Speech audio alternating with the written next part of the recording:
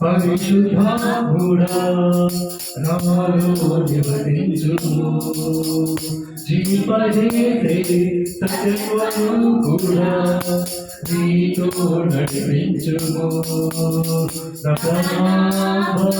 శరీరమును యేసయ్యనాథకై సిద్ధపరచుము. శరీరమును యేసయ్యనాథకై సిద్ధపరచుము. పెంతెకోస్తు దినమందున బలముగా దిగివచ్చితివి, అన్య భాషలు మాట్లాడుటకు వాక్శక్తి నొసగితివి. పెంతెకోస్తు దినమందున బలముగా దిగివచ్చితివి, అన్య భాషలు మాట్లాడుటకు వాక్శక్తి నొసగితివి. నాలో నివసించుము, నీతో నడిపించుము. నాలో నివసించుము, నీతో నడిపించుము. ఆత్మ పరిశుద్ధాత్ముడా నాలో నివసించుము, జీవజేసే సత్యస్వరూపుడా నీతో నడిపించుము. ఆత్మ పరిశుద్ధాత్ముడా నాలో నివసించుము, జీవజేసే సత్యస్వరూపుడా నీతో నడిపించుము. శరీరమును యేసయ్యనాథకై సిద్ధపరచుము. శరీరమును యేసయ్యనాథకై సిద్ధపరచుము. శరీరమును యేసయ్యనాథకై సిద్ధపరచుము. శరీరమును యేసయ్యనాథకై సిద్ధపరచుము. ఓ ప్రభువానికి స్తోత్రములయ్యా. అయ్యా, నా ప్రాణాన్ని, నా యొక్క ఆత్మను, నా యొక్క శరీరాన్ని నీ రాకడికై సిద్ధపరిచిన పరిశుద్ధాత్మదేవా నీ ఘనమైన నామమును బట్టి నీకు స్తోత్రాలు. కేవలం ప్రభు అయ్యా, నువ్వు మాత్రమే నన్ను సిద్ధపరచగలవు ప్రభు. అయ్యా, నాకై నేను ప్రభు సిద్ధపడలేదు ప్రభు. తండ్రి, నా ప్రాణాన్ని, నా యొక్క ఆత్మ, నా యొక్క శరీరాన్ని నీ యొక్క రాకడికైనా నేను సిద్ధపరచుకోలేదు కానీ ప్రభు పరిశుద్ధాత్మదేవా మీరు మాత్రమే మా ప్రాణాత్మ దేహాలను ప్రభు యొక్క రాకడికై సిద్ధపరచున్న గొప్ప దేవుడు స్తుతిస్తున్నా ప్రభు, కనపడుతున్నా, ఆనందిస్తున్నానయ్యా.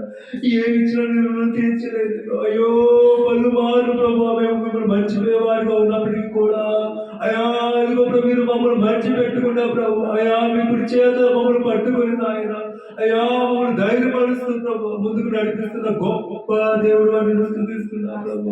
శక్తివంతుడా నీకు స్తోత్రములు ప్రభు. అయ్యా సర్వశక్తివంతుడా నీకు స్తోత్రములు. శాలేము రాజా నీకు స్తోత్రాలు. అయ్యా సమాధానాన్ని అనుగ్రహించండి. మా సరిహద్దుల్లో సమాధానాన్ని కలుగు చేయవాడు నీవే ప్రభు. తండ్రి దేవ ఏవో నామము బలమైన దుర్గము, నీతిమంతుడు అందులోకి సురక్షితంగా ప్రవేశించి రక్షింపబడ్డాడు ప్రభు. అయ్యా నీకు వాక్యం సెలవిస్తుండగా అయ్యా బలమైన నీకు దత్తమైన నీకు నామమును బట్టి నీకు వందనాలు చెల్లించుకొచ్చున్నా ప్రభు. రాత్రి కాల్సిన మాతో మాట్లాడండి ప్రభు. వాక్యం ద్వారా మాతో మాట్లాడండి.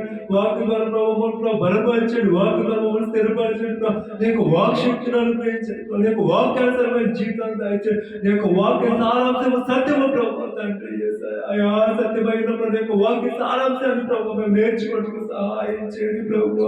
అయ్యా స్కూల్లో ప్రభు అయ్యా పాఠం యొక్క సారాంశాన్ని ఎలా నేర్చుకుంటాము ప్రభు, అలాగే నీ యొక్క వాక్య సారాంశాన్ని నేర్చుకోవడానికి సహాయం చేయండి తండ్రి.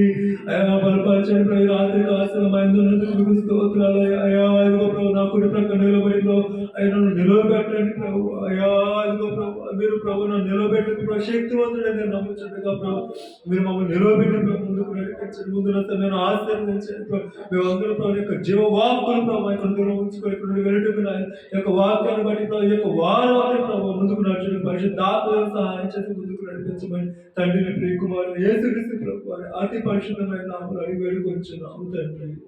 ఆమేన్. హల్లెలూయా. కూర్చుందాం. మహాదేవుడు మన రక్షకుడునైన యేసుక్రీస్తు నామములో కూడి వచ్చిన ఆత్మీయ సహోదరి సహోదరులందరికీ నా హృదయపూర్వక వందనములు తెలియజేస్తున్నాను. హల్లెలూయా. దేవుని యొక్క పరిశుద్ధ వాక్యాన్ని చదువుకుందాము. దేవుని పరిశుద్ధ గ్రంథం నుండి యెషయా గ్రంథము 569 పేజ్. యెషయా గ్రంథము 2వ అధ్యాయం 1 నుండి 5 వచనాల వరకు చదువుకుందాం.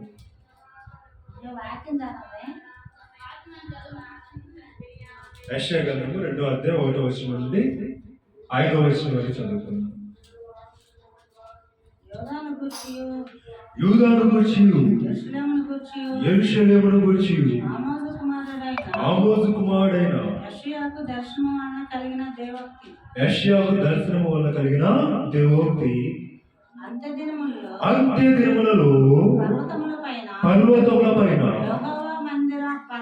యెహోవా మందిర పర్వతము పర్వత శిఖరమున స్థిరపరచబడి కొండల కంటే ఎత్తుగా ఎత్తబడిన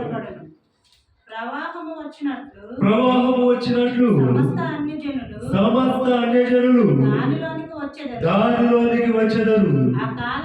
ఆ కాలమున సియోనులో నుండి ధర్మశాస్త్రము, యెరూషలేములో నుండి యెహోవా వాక్కు బయలువెళ్ళును.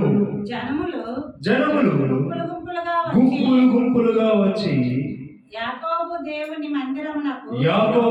మందిరమునకు యెహోవా పర్వతమునకు మనము వెళుదము రండి. ఆయన తన మార్గముల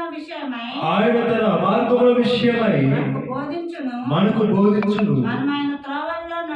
మనము ఆయన త్రోవలలో నడుతుము అని చెప్పుకుందురు. ఆయన మధ్యవర్తి అయి అన్యజనులకు న్యాయము తీర్చును. అనేక జనములకు తీర్పు తీర్చును. వారు తమ ఖడ్గములను నాగటి నక్కులుగాను తమ ఈటెలను మచ్చు కత్తులుగాను సాగుబట్టుదురు. జనముల మీదకి జనము కట్టుమెత్తక యుండును. యుద్ధము చేయ నేర్చుకొనుట ఇక మానివేయును.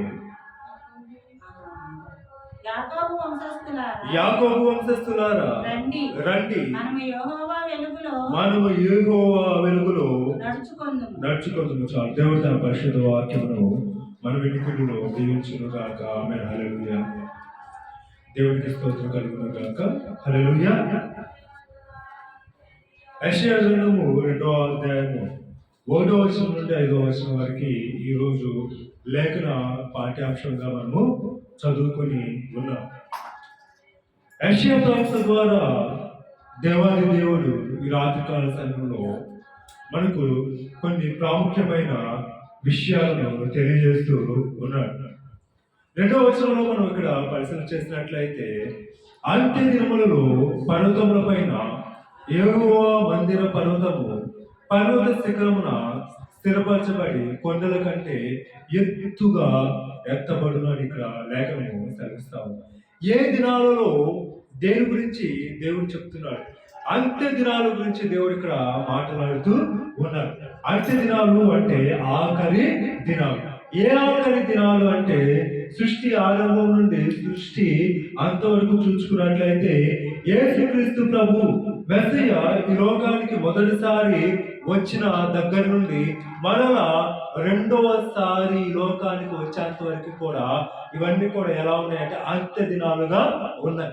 అంత్య దినాలలో అంటే యేసు ప్రభు రెండో యొక్క రాకడలో అంత్య దినాల యొక్క పర్వము ముగించబడతా ఉంటుంది.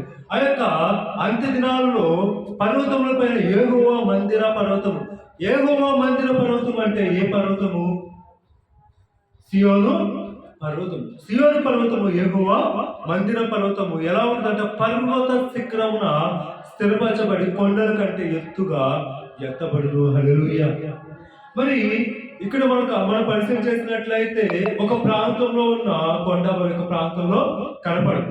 మనము నేల మీద భూమి మీద ఉన్నప్పుడు మనం పరిశీలన చేసినట్లయితే ఈ ప్రదేశంలో ఉన్న మనకి అక్కడ మరి మనకున్న కొండపల్లిలో ఉన్న కొండలు కనపడవు. కానీ మనం డాబాయికి చూస్తే ఒక 20 అడుగులు ఎత్తులో ఎక్కితే, లేకపోతే పెనుమాక కొండ మీద నుండి మనం పరిశీలన చేసినట్లయితే అన్ని కొండలు, చుట్టూ ఉన్న కొండలన్నీ కూడా కనిపిస్తూ ఉంటాయి. ఎటు కొండపల్లి కొండ కనిపిస్తుంది, నీరు కొండ కనిపిస్తుంది, అనంతవరం కొండ కనిపిస్తుంది, అటువైపు అయితే ఉండవల్లి కొండ కనిపిస్తుంది, ఇంకా దూరంలో ఉన్న అనేక కొండలు కనిపిస్తా ఉంటాయి. కానీ ఇక్కడైతే దేవుని యొక్క వాక్యము ఎలా చెప్పబడతా ఉందంటే, యెహోవా మందిర పర్వతము పర్వత శిఖరమున స్థిరపరచబడి, అంటే ఇంకా స్థిరపరచబడిన ఆ యొక్క కొండ ఇంకా కదల్చబడదు. దేవుడే మరి ఆ యొక్క కొండకు తీర్పు తీర్చేవాడిగా ఉన్న 4వ వచనంలో ఆయన మధ్యవర్తి అన్ని జనులకు న్యాయము తీర్చును, అనేక జనములకు తీర్పు తీర్చునని చెప్పబడతా ఉన్నప్పుడు ఎక్కడ యేసుక్రీస్తు ప్రభు తీర్పు తీరుస్తూ ఉన్నాడు అంటే సియోను కొండ మీద, యెహోవా పర్వతం అనిన సియోను కొండ మీద. ఇంకో పరిశుద్ధ గ్రంథంలో మనం పరిశీలన చేసినట్లయితే యెహోవా పర్వతం అని ఏ కొండకు పేరు? దేవుడు సీనాయి కొండకి యెహోవా పర్వతం అని పేరు. దేవుడు మరి డైరెక్ట్ గా అక్కడ మోషేతో సీనాయి కొండ మీదకి దిగి వచ్చి మాట్లాడుతూ ఉన్నాడు. అయినప్పటికీ కూడా ఆ సీనాయి కొండ పాత నిబంధన గ్రంథంలో అది యెహోవా పర్వతంగా పిలువబడింది. కొత్త నిబంధన గ్రంథంలో మరి దేవుని యొక్క పర్వతము ఏది అంటే సియోను పర్వతం. ఎందుకంటే అక్కడికి మన ప్రభు యేసుక్రీస్తు ప్రభు రెండవసారి ఆ ఒలీవల కొండ మీదకి అడుగు పెట్టినప్పుడు ఆ యొక్క ఒలీవల కొండ రెండుగా చీల్చివేయబడుతూ ఉంది. అప్పుడు ఏమవుతా ఉందంటే ప్రవాహం వచ్చినట్లు సమస్త అన్యజనులు దానిలోనికి వచ్చారు. హల్లెలూయా. మనము ఒకనొక దినాన ఈ లోకంలో మరి న్యాయము ఎవరికి తెచ్చబడుతుంది అంటే, ఎవరైతే మరి చట్ట విరుద్ధమైన పనులు చేస్తారో వారు ఎక్కడికి వెళ్ళాలి? న్యాయస్థానానికి వెళ్ళాలి. వారికి న్యాయము తీరుస్తూ ఉంటారన్నమాట.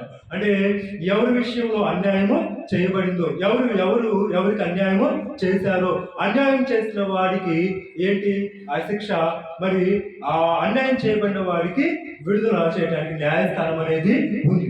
అది ఏది అంటే డైరెక్ట్ గా, అంటే వాళ్ళు మనుషులు చేసే తప్పులు చూసినప్పుడు అక్కడ ఏమవుతా ఉంటుందంటే మరి పోలీసులు అరెస్ట్ చేసి వాళ్ళు జైల్లో వేసినప్పుడు న్యాయస్థానం న్యాయం తీరుస్తూ ఉంటారు. మరి మనుషులు చేసే అనేకమైన తెలియని తప్పులు ఉంటాయి.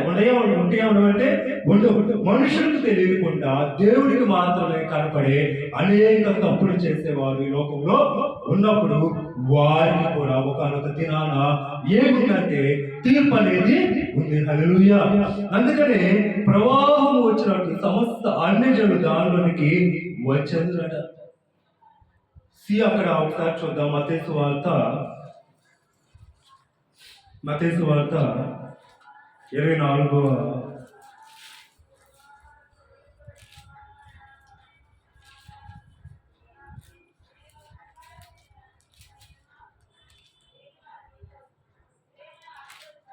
24వ అధ్యాయము 31వ వచనం చదువు. తన మహిమతో మనుష్య కుమారుడు ఆయనతో కూడా సమస్త దూతలను వచ్చినప్పుడు ఆయన తన మహిమ గల సింహాసనం మీద ఆసీనుడై ఉండును. అప్పుడు సమస్త జనములు ఆయన ఎదుట పోగు చేయబడుదురు. గొల్లవాడు మేకలలో నుండి గొర్రెలను వేరుపరిచినట్లు ఆయన వారిని వేరుపరిచి తన కుడివైపున గొర్రెలను ఎడమవైపున మేకలను నిలవబెట్టును. హల్లెలూయా. మనుష్య కుమారుడైన యేసుక్రీస్తు ప్రభు ఎలా వస్తున్నాడంటే తన మహిమతో వస్తూ ఉన్నాడు. తన మహిమతో వచ్చినప్పుడు సమస్త దూతలు వచ్చినప్పుడు ఆయన మహిమతో పాటు యేసుక్రీస్తు ప్రభుతో ఎవరు వస్తున్నారు? సమస్త దూతలు కూడా వస్తున్నారు. రెండవ రాకడలో యేసుక్రీస్తు ప్రభు ఒక్కడే వస్తాడంటే యేసుక్రీస్తు ప్రభు ఒక్కడే కాదు, తన యొక్క సమస్త దూతలతో వస్తూ ఉంటాడు. మరి మొదటిసారి ఈ లోకంలో ఉన్న మనుషులను రక్షించడానికి వచ్చిన దేవాది దేవుడు రెండవసారి ఏం చేయబోతున్నాడంటే మరి ఈ యొక్క మనుషులందరికీ తీర్పు తీర్చడానికి రాబోతూ ఉన్నాడు. అప్పుడు సమస్త జనంలో ఆయన ఎదుట పోగు చేయబడుతున్న హల్లెలూయా. ఎవరు సమస్త జనులు అంటే? మంచివారు, చెడ్డవారు, దేవుణ్ణి ఎరిగిన వారు, ఎరగని వారు అందరూ కూడా ఎక్కడికి పోగు చేయబడతారంటే యెరూషలేములోని సినాయి పర్వతం మీదకి, సీయోను పర్వతం మీదకి మనుషులందరూ కూడా చేర్చబడినప్పుడు అక్కడ ఏం జరుగుతుందంటే దేవుడు మరి గొల్లవాడు గొర్రెలను మేకలను వేరు చేసినట్లు యేసుక్రీస్తు ప్రభువు కూడా కుడివైపున గొర్రెలను అంటే రక్షణ పొందిన వారును, అదేవిధంగా మేకలు అంటే రక్షణ పొందని వారికి వేరుపరిచి తీర్పు తీర్చేవాడిగా ఉన్నాడని ఇక్కడ మనం అర్థం చేసుకోవచ్చు. అందుకే అంత్య దినములలో దేవుని యొక్క పర్వతములన్నిటికంటే కూడా ఎత్తుగా స్థిరపరచబడి ఉంటుంది. ప్రవాహం వచ్చినట్లు అన్ని జనులందరూ కూడా మరి వస్తారని దేవుని యొక్క వాక్యము సెలవిస్తూ ఉంది. మరి ప్రవాహం వచ్చినట్లు సమస్త అన్ని జనులు దానిలోనికి వచ్చేది అన్నప్పుడు ఎలా మనము అందులోనికి వెళ్ళాలి అంటే మన డ్యూటీలలో నూనెను ఉంచుకొని బుద్ధిగల కన్నిక వలె మనము సిద్ధపరచుకొని మనము ఆ యొక్క సీయోను పర్వతం మీదకి వెళ్ళాలని దేవుని యొక్క వాక్యము సెలవిస్తూ ఉంది. మరి ఈ యొక్క అంత్య దినాలు భయంకరమైన అంత్య దినాల్లో మనము ఉంటూ ఉన్నాము. యేసుక్రీస్తు ప్రభు కూడా శిష్యులు కూడా వచ్చి ఈ యొక్క అంత్య దినాల్లో మరి జరిగే వాటి గురించి అడుగుతూ ఉన్నారు. మరి అంత్య దినాల్లో మరి లేకపోతే అక్కడ మత్తయి సువార్త 24వ అధ్యాయము 3వ వచనం. ఆయన ఒలీవల కొండ మీద కూర్చున్నప్పుడు శిష్యులు ఆయన ఎదురుకు ఏకాంతముగా వచ్చి ఇప్పుడు ఇవి ఎప్పుడు జరుగును? నీ రాకడకును యుగ సమాప్తికి సూచనలేవి మాతో చెప్పమనగా యేసు వారితో ఇట్లను ఎవడును మిమ్మను మోసపరచకుండా చూచుకోండి. హల్లెలూయా. ఈ యొక్క యుగ సమాప్తికి సూచనలు ఏంటి? అంత్య దినాల్లో ఏమేమి జరుగుతాయి ప్రభు అని అడుగుతున్నప్పుడు యేసుక్రీస్తు ప్రభు మొట్టమొదటిగా చెప్తున్న వాక్యం ఏంటంటే ఎవరును మిమ్మల్ని మోసపరచకుండా చూసుకోండి అని చెప్తూ ఉన్నారు. ఈ లోకంలో మరి మనం మోసం చేసే వాళ్ళే ఎక్కువ మంది. చాలా విషయాల్లో మరి విశ్వాసం ఉన్న మనము కూడా మరి అప్పటి వరకు క్రీస్తు వైపు చూస్తూ లోకం వైపు చూస్తే ఏమవుతారంటే పడిపోతూ ఉంటాం. లోకంలో మోసకరమైన మనుషుల వైపు చూసినప్పుడు ఆ యొక్క మోసమే నిజమనుకొని మోసపోతాం. కాబట్టి యేసుక్రీస్తు ప్రభు ఏమంటున్నాడంటే మీ ఎవ్వడు కూడా మిమ్మల్ని మోసపరచకుండా చూసుకోండి. అనేకులు నా పేట వచ్చి నేనే క్రీస్తుని చెప్పి పలువురిని మోసపరిచాను. నేనే క్రీస్తుని, లేకపోతే నాలోనే దేవుడు ఉన్నాడు, నా మాటే సత్యమని చెప్పేసేసి మరి వాళ్ళు ఏ రీతిగా చెప్తారో వారిగా నడుచుకుంటూ ఉంటారు. అది ఇప్పుడు సంఘ కాపరి ఎలా చెప్తే అలా నడుచుకుంటా ఉన్నప్పుడు కొన్ని సందర్భాల్లో సంఘ కాపరి సంఘాన్ని తప్పుత్రోవలో నడిపించే అవకాశము ఉంది. అందుకని నా వైపు మాత్రమే చూస్తూ నిరీక్షణ కలిగిన వారే ముందుకు సాగిపోయినాడు. ఇక్కడ యేసుక్రీస్తు ప్రభు స్పష్టంగా తెలియజేస్తూ ఉన్నాడు. ఇంకా కింద అంటూ ఉన్నాడు, మరియు మీరు యుద్ధములను గురించి యుద్ధ సమాచారంలో గురించి వినబోదు, మీరు కలవర పడకుండా చూచుకోండి. ఇవి జరగవలసినవి కానీ అంతము వెంటనే రాదు. జనము మీదకి జనములు, రాజ్యం మీదకి రాజ్యములు లేచును, అక్కడక్కడ కరువులను భూకంపములను కలుగును. ఇవన్నీ వేదనలకు ప్రారంభములు అనేసి ఇక్కడ దేవుడు చెప్తూ ఉన్నాడు. మరి ఇవన్నీ కూడా మనకి జరుగుతూ ఉన్నాయి, లోకంలో జరుగుతూ ఉన్నాయన్నమాట.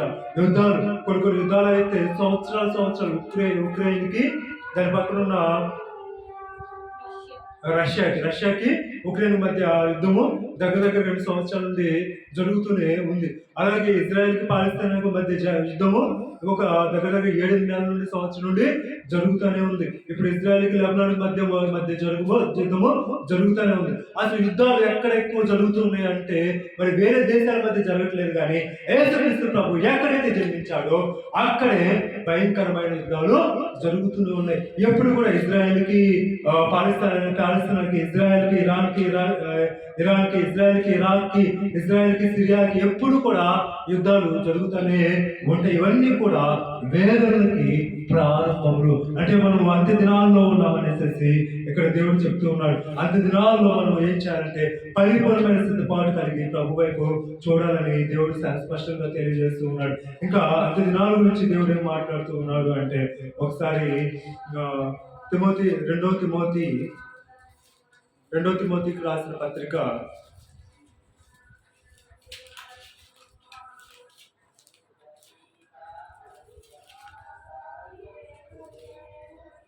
తిమోతికి రాసిన రెండో పత్రిక 3వ అధ్యాయము 1వ వచనం. అంత్య దినములలో అపాయకరమైన కాలంలో వచ్చునని తెలుసుకొను. ఎలాగనగా మనుషులు స్వార్థప్రియులు, ధనాపేక్షలు, బింకములాడువారు, అహంకారులు, దూషకులు, తల్లిదండ్రులకు అవిధేయులు, కృతజ్ఞత లేనివారు, అపవిత్రులు, అనురాగరహితులు, అతిద్వేషులు, అపవాదకులు, అజితేంద్రియులు, క్రూరులు, సజ్జన ద్వేషులు, ద్రోహులు, మూర్ఖులు, గర్వాంధులు, దేవుని కంటే సుఖానుభవము ఎక్కువగా ప్రేమించువారు, పైకి భక్తి గల వారి వలె ఉండి దాని శక్తిని ఆశ్రయించని వారినై ఇందురు. ఇట్టి వారికి విముఖుడవై ఉండుము. ఎంతమంది అంటే దగ్గరగా 15 రకాల వారిని దేవుడు ఇక్కడ చూపిస్తూ ఉన్నాడు. అంత్య దినములలో అపాయకరమైన కాలంలో వచ్చునని తెలుసుకున్నాం. మరి అంత్య దినాల్లో ఉంటున్న మనకన్నీ కూడా ఎలాంటి పరిస్థితులు అంటే అపాయకరమైన పరిస్థితుల్లో ఉన్నాం. ఈ అపాయకరమైన పరిస్థితుల మధ్య మనుషులమైన మనము ఎలా ఉన్నామంటే స్వార్థప్రియులుగా ఉన్నాము, ధనాపేక్షలుగా ఉన్నాము, బెంకంలాడు వారు అంటే అబద్ధాలు చెప్పేవారిగా ఉన్నాము, అహంకారులుగా ఉన్నాము, దూషకులుగా ఉన్నాము, తల్లిదండ్రులకు అవిధేయులుగా ఉన్నాము, కృతజ్ఞత లేని వారుగా ఉన్నాము, అపవిత్రులుగా ఉన్నాము, అనురాగరహితులుగా ఉన్నాము, అతిద్వేషులుగా ఉన్నాము, అపవాదకులుగా ఉన్నాము, అజితేంద్రియులుగా ఉన్నాము, క్రూరులుగా ఉన్నాము, సజ్జన ద్వేషులుగా ఉన్నాము, ద్రోహులుగా ఉన్నాము, మూర్ఖులుగా ఉన్నాము, గర్వాంధులుగా ఉన్నాము, దేవుని కంటే సుఖానుభవం ఎక్కువగా ప్రేమించేవారుగా ఉన్నాము, పైకి భక్తి గల వారి వలె ఉండి దాని శక్తిని ఆశ్రయించిన వారిగా ఉన్నాము. వీటి వారికి విముఖుడైన భోజనం అని అంటున్నాడు. అంటే అటు వారికి నువ్వు దూరముగా ఉండు, అటు వారికి నీ ముఖాన్ని తిప్పివేసుకునే వాడిగా ఉన్నావు. వీటిలో మరి మనము ఎలా ఉన్నాం? ఇవన్నీ కలిగి ఉన్నవారిగా ఉన్నామా? ఇవన్నీ కలిగి లేని వారిగా ఉన్నామా? అంత్య దినాలు ఇవన్నీ లేని స్థితిలో మనము ఉంటే మనం దేవుని యొక్క రాజ్యానికి నిశ్చయముగా వెళ్తామని దేవుడు చెప్తూ ఉన్నాడు. మరి ధనాపేక్ష మనకున్నా, లేకపోతే అబద్ధాలు చెప్పేవారిగా ఉన్నా, అహంకారులుగా ఉన్నా, దూషకులుగా ఉన్నా, మరి తల్లిదండ్రులకు అవిధేయత కలిగి ఉన్నా, లేకపోతే కృతజ్ఞత లేని వారిగా ఉన్నా, ఇవన్నీ కలిగి ఉంటే మనం దేవుని యొక్క రాజ్యాన్ని స్వతంత్రించుకోలేమనేసి దేవుడు స్పష్టంగా మాట్లాడుతూ ఉన్నాడు. ఆ రోజుల్లో పాపభరితులై నానా విధములైన దురాచారంలో నడిపింపబడి ఎల్లప్పుడూ నేర్చుకొనుచున్నాను సత్య విషయమైన అనుభవ జ్ఞానము ఎప్పుడూ పొందలేని అవివేకశీల యొక్క ఇందులోంచి వచ్చి వారిని చెరపట్టుకొని పోవారు వీరిలో చేరిన వారు అంటూ ఉన్నాడు. ఇవన్నీ ఉంటే మనం ఎలా ఉంటాము అంటే మరి దేవుని యొక్క వాక్యాన్ని చెరిపివేసే వారిగా ఉంటాం. నన్ను ప్రార్థన చేసినప్పుడు దేవుడు అన్నాడు, మీ యొక్క వాక్య సారాంశం అంతా కూడా సత్యమైన దేవుని యొక్క వాక్య సారాంశాన్ని మనం చెప్పివేసేవారిగా ఉంటాం అన్నమాట. ఎవరైనా దేవుడిలోకి రావాలని ఉన్నప్పుడు మనలో ధనాపేక్ష చూస్తే వాడు దేవుడిలోకి రాలేడు. వస్తాడా?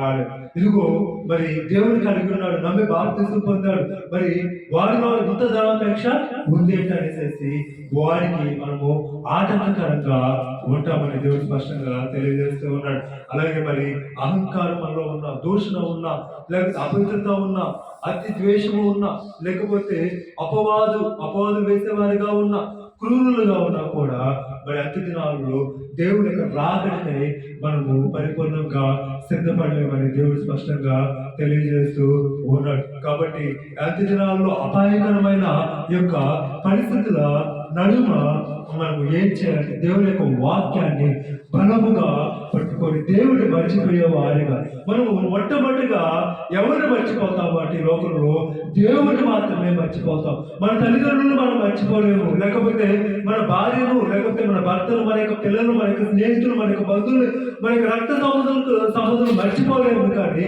ఎవరిని మర్చిపోతామంటే దేవుడిని మర్చిపోయే వారిగా ఉంటాం. ఎందుకంటే దేవుడు మనకు కనపడడు. మనుషులు అయితే కనపడుతూ ఉంటారు, మోసం చేసే వాళ్ళు కనపడతారు, అందరూ కనిపిస్తారు, అందరినీ గుర్తుంచుకుంటాం. పదే పదే మన యొక్క జ్ఞాపకాల్లో ఎవరు వస్తారంటే మన స్నేహితులు మన యొక్క జ్ఞాపకాలకు వస్తారు, లేకపోతే మన యొక్క రక్త సంబంధికులు మన జ్ఞాపకానికి వస్తారు, మన యొక్క బంధువులు, మన యొక్క సహోదరులు, సహోదరులు అందరూ కూడా మన యొక్క జ్ఞాపకంలో ఉంటారు. కానీ ఎవరు జ్ఞాపకంలో ఉంటారంటే దేవుడు మనకు జ్ఞాపకంలో ఉండడు. కాబట్టి అంత్య దినాల్లో మన యొక్క ఆత్మను మనం రక్షించుకోవాలి అంటే, మనం దేవుని యొక్క రాజ్యానికి వెళ్ళాలి అంటే, నిత్య జీవాన్ని స్వతంత్రించుకోవాలి అంటే మనం ఏం చేయాలంటే దేవుని మర్చిపోయే వారిగా ఉండకూడదు. అందుకే ప్రతి విషయంలో కూడా దేవునికి కృతజ్ఞతాస్తుతులు చెల్లించాలి. లేచిన కాడ నుండి నిద్రపోయేంత వరకు కూడా ప్రతి విషయంలో ప్రభు ప్రతి నిమిషాన్ని బట్టి దేవా ఈ నిమిషాన్ని బట్టి నీకు కృతజ్ఞతాస్తుతులు చెల్లించుకోవచ్చు. ప్రభు ఈ రోజు ప్రయాణమై నేను వెళ్తున్నాను, పొలానికి వెళ్తున్నాను, నీకు కృతజ్ఞతాస్తుతులు. ప్రభు నేను ఈ రోజు ఉద్యోగానికి వెళ్తున్నాను, నీకు ఈ యొక్క ఉద్యోగానికి వెళ్ళడానికి మీరు ఇచ్చిన యొక్క సమయాన్ని బట్టి నీకు కృతజ్ఞతాస్తుతులు చెల్లించుకోవచ్చున్నా. లేకపోతే తినేటప్పుడు ప్రభు తినడానికి మీరు ఇచ్చిన యొక్క కృపను బట్టి నీకు కృతజ్ఞతాస్తుతులు. వాటర్ తాగేటప్పుడు, మంచి తాగేటప్పుడు కూడా దేవుడికి కృతజ్ఞతాస్తుతులు చెల్లించి మనము నీరు తాగేవారిగా ఉండాలి. అప్పుడు మన దేవుణ్ణి మర్చిపోలేము. అప్పుడు మనము ఇందాక మనము 2 తిమోతి రాసిన 3:1 మనం చూసినట్లుగా మనము అహంకారులుగా ఉండము, గర్వవంతులుగా ఉండము, ధనాపేక్షలుగా ఉండము, క్రూరులుగా ఉండము, లేకపోతే అపవాదులుగా ఉండవు. ఎందుకు? నీవు ప్రతి నిమిషం కూడా దేవుణ్ణి స్తుతించే దానుగా ఉన్నావు, దేవుణ్ణి కృతజ్ఞతాస్తుతులు చెల్లించే వాడుగా ఉన్నావు. కాబట్టి దేవుణ్ణి ఎట్టి పరిస్థితుల్లో మర్చిపోలేవు. అప్పుడు ప్రతి వాడి ఎదుట నువ్వేం చేస్తావు అంటే యేసుక్రీస్తుని ఒప్పుకుంటావు. నన్ను గురించి, నా తండ్రిని గురించి మరి మనుషుల ఎదుట ఒప్పుకోకపోతే నేను నా యొక్క దేవుని యొక్క రాజు నా తండ్రి ఎదుట నేను ఒప్పుకోను. ఒప్పుకుంటానంటున్నాడా? ఒప్పుకోనంటున్నాడా? ఒప్పుకోనంటున్నాడు. ప్రతి మనిషి ఎదుట మనం ఏం చేయాలంటే జీవము కలిగిన దేవుణ్ణి, మనకు జీవం ఇచ్చిన దేవుణ్ణి ఒప్పుకోవాలి. యేసుక్రీస్తు నా రక్షకుడు అని ప్రతి ఒక్కరి యొక్క ధైర్యంగా చెప్పగలిగే పరిపూర్ణమైన విశ్వాసాన్ని మనము పొందుకోవాలి. మనం చెప్పగలమా? లేకపోతే మనం రోడ్డు మీద వెళ్తాము, యేసు ప్రభు నా యొక్క రక్షకుడని చెప్పుకుంటూ వెళ్ళే ధైర్యం మనకుందా? నువ్వైనా నేనే చెప్పగలుగుతున్నావు అంటే ఎవరు కూడా చెప్పలేని స్థితిలోనే ఉంటున్నాను. అప్పుడు దేవుడు ఏమంటున్నాడు? నేను నా తండ్రి ఎదుట నువ్వు ఒప్పుకో, మనుషుల ఎదుట నన్ను ఒప్పుకో, మనుషుల ఎదుట నా నామాన్ని తలుచుకో, మనుషుల ఎదుట నా నామాన్ని హెచ్చించు, మనుషుల ఎదుట నా నామాన్ని గనపరచు.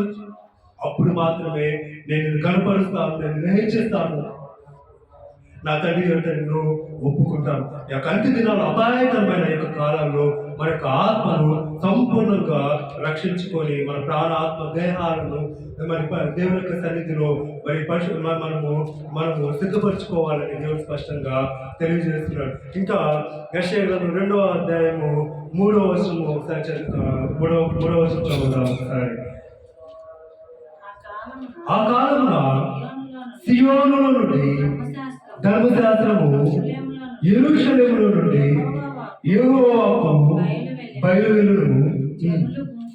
జనులు గుంపులుగా వచ్చి యాకోబు దేవుని మందిరమునకు, యెహోవా పర్వతమునకు మనము వెళుదము రండి, ఆయన తన మార్గముల విషయమై మనకు బోధించును, మనము ఆయన త్రోవల్లో నడుతుమని చెప్పుకుంటున్నాం. చాలు. హల్లెలూయా. ఆ కాలమున ఏ కాలంలో అంత్య దినాల్లో సియోనులోని ధర్మశాస్త్రం యేసుక్రీస్తు ప్రభు ఎలా ఉన్నాడు అంటే మనకి దేవుడు మనకు ధర్మశాస్త్రమై ఉన్నాడు. అలాగే యెరూషలేములోని యెహోవా వాక్కు, తండ్రి యొక్క వాక్కు ఎవరు అంటే కుమారుడైన యేసుక్రీస్తు ప్రభు. ఆదియందు వాక్యం ఉండెను, వాక్యము దేవుని యొద్ద ఉండెను, వాక్యము దేవుడై ఉండెను. ఆ దేవుడే యేసుక్రీస్తు ప్రభు ఉండెను. అందుకే ఇక్కడ అంటూ ఉన్నాడు, యెరూషలేము నుండి యెహోవా వాక్కు బయలు వెళ్ళెను. ఆ బయలు వెళ్ళిన ఆ యొక్క వాక్ ఆయన యేసుక్రీస్తు ప్రభు మనము బలంగా పట్టుకోవాలి. వాక్యాన్ని అందరము ధ్యానించాలి. వాక్యాన్ని విని మర్చిపోయే వారిగా మనము ఉండకూడదు, కానీ వాక్యాన్ని విని దానిని నెమరు వేసుకునే వారిగా ఉండాలని ఇక్కడ పరిశుద్ధ ఆత్మదేవుడు మనకు తెలియజేస్తున్నాడు. అందుకే మరి దుష్టుల ఆలోచన చొప్పున నడువుక, పాపుల మార్గమున నిలువక, అపహాస్యులు కూర్చున్న చోటున కూర్చుండుక, యెహోవా ధర్మశాస్త్రములను ఆనందించుచు దివారాత్రములు దానిని ధ్యానించేవాడు ధన్యుడు. దేవుని యొక్క వాక్యాన్ని మనము ధ్యానించాలి. ఏదో ఒక వాక్యం క్యాలెండర్లో ఉంటుంది మనకి, రోజుకొచ్చి ఒక వాక్యము ఉంటుంది. ప్రతిరోజు లగ్నంగానే ప్రార్థన చేసుకొని ఆ దేవుని యొక్క వాక్యం బైబిల్ చదువుకొని ఆ బైబిల్లో ఏ వాక్యం ఏదో ఒక వాక్యం ద్వారా ప్రభు ఉదయకాలంలో మరి ప్రభు తండ్రి ఈ వాక్యం ద్వారా నాతో మాట్లాడు ప్రభు అన్నప్పుడు ఏదో ఒక వాక్యం ద్వారా దేవుడు మనకు మనసుకి ప్రేరేపణ కలుగు చేస్తాడు. ఏదో ఒక వాక్యం ద్వారా మనతో మాట్లాడతాడు. అలా మాట్లాడినప్పుడు ఆ వాక్యాన్ని బట్టి ఆ యొక్క దినమంతి కూడా మనము ధ్యానిస్తూ ఉన్నప్పుడు మన ఎందుకు దేవుడు సంతోషించేవాడిగా ఉంటాడు. మరి మన యొక్క కార్యాలన్నీ కూడా దేవుడు సఫలపరిచేవాడిగా ఉంటాడు. అదే క్యాలెండర్లో కూడా ఉన్న వాక్యం కూడా మనం చదువుకొని ఆ యొక్క వాక్యాన్ని రోజుతో కూడా భక్తికి చేసుకుంటూ ఉన్నప్పుడు దేవుడు మన ఎందుకు ఆనందించేవాడిగా ఉంటాడని దేవుడు స్పష్టంగా తెలియజేస్తూ ఉన్నాడు. ఒకసారి హెబ్రీయులకు రాసిన పత్రిక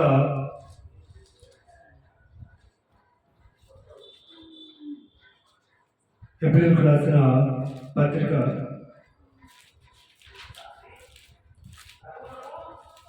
1వ అధ్యాయము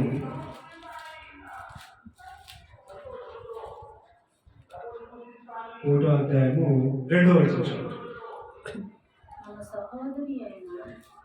హెబ్రీయులకు రాసిన పత్రిక 1వ అధ్యాయము 1వ వచనం. పూర్వకాలమందు నానా సమయములలోను నానా విధములుగాను ప్రవక్తల ద్వారా మన పితరులతో మాట్లాడిన దేవుడు ఈ దినముల అంతమందు కుమారుని ద్వారా మనతో మాట్లాడెను. ఆయన ఆ కుమారుని సమస్తమునకు వారసునిగా నియమించను. ఆయన ద్వారా ప్రపంచములను నిర్మించను. చాలు. ఇక్కడ కూడా మరి దేవుని యొక్క వాక్యము ఏం తెలుస్తుందంటే పూర్వకాలము జరిగిపోయిన కాలంలో, పాత నిబంధన కాలంలో దేవుడు నానా సమయంలో నానా విధములుగా ప్రవక్తల ద్వారా మన పితరులతో మాట్లాడిన దేవుడే ఈ దినముల అంతమందు కుమారుని ద్వారా మనతో మాట్లాడి. యేసుక్రీస్తు ప్రభు మరి సువార్తలు 4 సువార్తలు కూడా ఏమున్నాయంటే క్రీస్తు యొక్క మాటలు ఉన్నాయి. ఆ యొక్క మాటలు చదువుతున్నప్పుడు ఎంత ఆదరణగా ఉంటుంది, ఎంత ఓదార్పుగా ఉంటుందో, ఎంత నెమ్మదిగా ఉంటుందో. అలాగా మాట్లాడిన దేవుడు ఏమంటున్నాడు, ఆయన ఈ దినంలో అంతమంది కుమారుల ద్వారా మనతో మాట్లాడినట్టున్నప్పుడు అంత్య దినాల్లో దేవుడు ఏం చేస్తూ ఉన్నాడంటే కుమారుడైన యేసుక్రీస్తు ద్వారా మనతో మాట్లాడుతూ ఉన్నాడు. ఎలా యేసుక్రీస్తు ప్రభు మనతో మాట్లాడుతూ ఉన్నాడు అంటే మన వాక్యం వింటూ ఉన్నప్పుడు సేవకుల ద్వారా మనతో మాట్లాడుతూ ఉంటాడు. అదేవిధంగా వాక్యం చదువుతున్నప్పుడు వాక్యం ద్వారా మాట్లాడుతూ ఉంటాడు. ప్రార్థన చేస్తున్నప్పుడు ప్రార్థనలో కూడా దేవుడు మనతో మాట్లాడుతూ ఉంటాడు. 3 రకాలుగా దేవుడు మనతో మాట్లాడతాడు. ఎలాగా? సేవకుడి ద్వారా దేవుడు మనతో మాట్లాడతాడు, వాక్యం ద్వారా దేవుడు మనతో మాట్లాడతాడు. అదేవిధంగా ప్రార్థనలో మనం కనిపెట్టుకుని ప్రార్థన చేసినప్పుడు ప్రభు స్పష్టముగా మనతో మాట్లాడేవాడిగా ఉంటాడనమాట. అలా మాట్లాడుతున్న దేవుడు ఏమంటున్నాడంటే ఆయన ద్వారా ప్రపంచములను నిర్మించిన, కింద ఏమనుంటుంది, యుగములను నియమించను. అంటే యుగానికి అంతము లేదు, ఈ ప్రపంచానికి అంతము ఉంది, కానీ యుగానికి అంతం ఉందంటే సర్వ యుగాలలో సంపూర్ణమైన దేవుడు మన దేవుడు. యుగాలు అయిపోయిన తర్వాత పరలోకము ఎలా ఉంటుందంటే స్వర్ణయుగముగా ఉంటది, సర్వయుగముగా ఉంటది. అటువంటి యుగాలలోకి మనం తీసుకొని వెళ్ళడానికి ఈ యొక్క అంత్య దినాల్లో దేవుడు మనతో మాట్లాడుతున్నాడు. సిద్ధపడండి, సిద్ధపడండి, సిద్ధపడండి, నేను దొంగవలే హఠాత్తుగా వస్తాను. ఎప్పుడు వస్తానో నేను నాకు తెలియదు. నా తండ్రి ఇప్పుడు తండ్రి యెహోవా దేవుడు కుమారుని ఈ క్షణంలో నువ్వు భూమి మీదకి వెళ్ళంటే ఈ క్షణంలో యేసుక్రీస్తు ప్రభువు ఈ లోకానికి వస్తే మరలా రెండోసారి తన యొక్క మహిమతో సమస్త దూతలతో వస్తే సరైన సిద్ధపాటు నీకు నాకు లేకపోతే నీ గతి ఏంటి? నా యొక్క గతి ఏంటి? బుద్ధి లేని కన్నికల వలె మనము పడతాం, తలుపు కొడతా ఉంటాం. ప్రభు తలుపు తెరువు తెరువు తెరువు అని కొడతాం. యేసుక్రీస్తు ప్రభు అంటూ ఉంటాడు లోపల నుండి, నేను మిమ్మల్ని ఎరుగను, ఎందుకంటే మీకు సిద్ధపాటు లేదు, మీ దివిటీలలో నూనె లేదు, మీకు పెళ్లి వస్త్రము లేదు అని. అక్కడ దేవుడు ఏం చేస్తాడంటే ఆ తలుపు తీయకుండా వాళ్ళు వదిలివేసి వెళ్ళిపోయేవాడిగా ఉంటాడు. అందుకే మరి సిద్ధపడిన వధువు సంఘముగా పెళ్లి వస్త్రాలు కలిగిన వారమై మనం ఏం చేయాలంటే వరుడైన యేసుక్రీస్తు ప్రభువుని రెండవ రాకడలో ఎదుర్కొన్నకు సంఘముగా వధువు సంఘముగా సిద్ధపడాలని దేవుడు స్పష్టంగా తెలియజేస్తూ ఉన్నాడు. హెబ్రీయులకు రాసిన పత్రిక 1వ అధ్యాయము 3వ వచనం మనం ఒకసారి పరిశీలన చేసినట్లయితే ఆయన దేవుని మహిమ యొక్క తేజస్సును, ఆయన తత్వం యొక్క మూర్తి మంతములై ఉండి తన మహత్తు గల మాట చేత సమస్తమును నిర్వహించుచు పాపముల విషయంలో శుద్ధీకరణము తానే చేసి దేవదూతల కంటే ఎంత శ్రేష్టమైన నామము పొందెనో వారికంటే అంత శ్రేష్ఠుడై ఉన్నత లోకమందు మహామహుడకు దేవుని కుడి పార్శ్వమున కూర్చుండెను. హల్లెలూయా. అది ఎంత అద్భుతంగా యేసుక్రీస్తు ప్రభువు గురించి వర్ణిస్తున్నాడు దేవుడు. ఇక్కడ ఏమంటున్నాడు?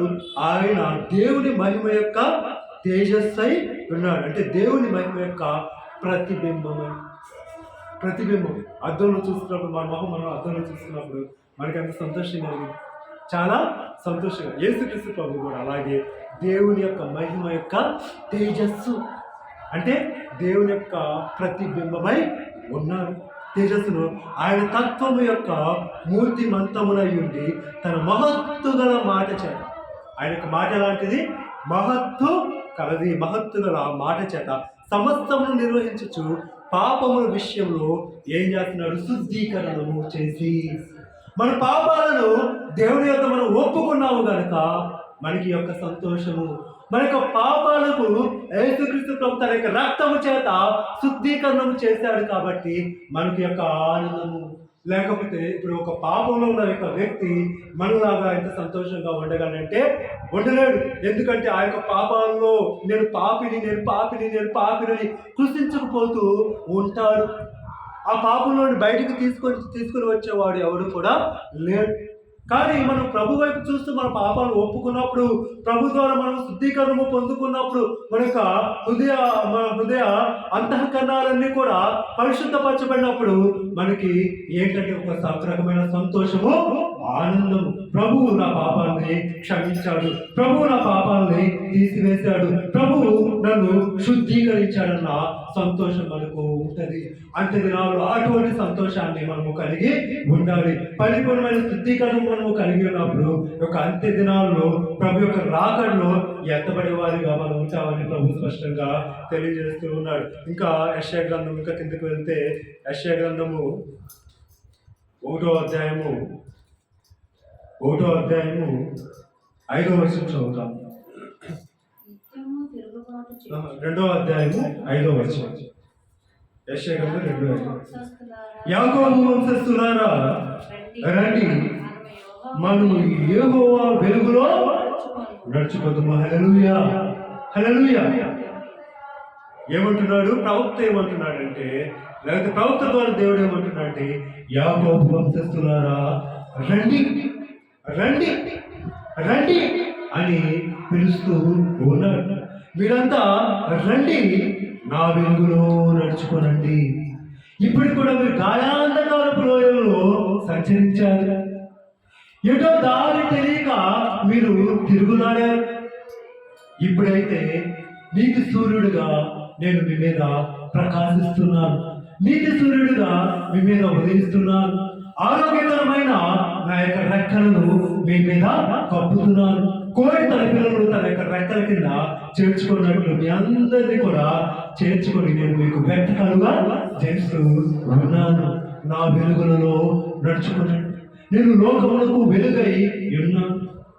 దేవుడు ఎలా ఉన్నాడు?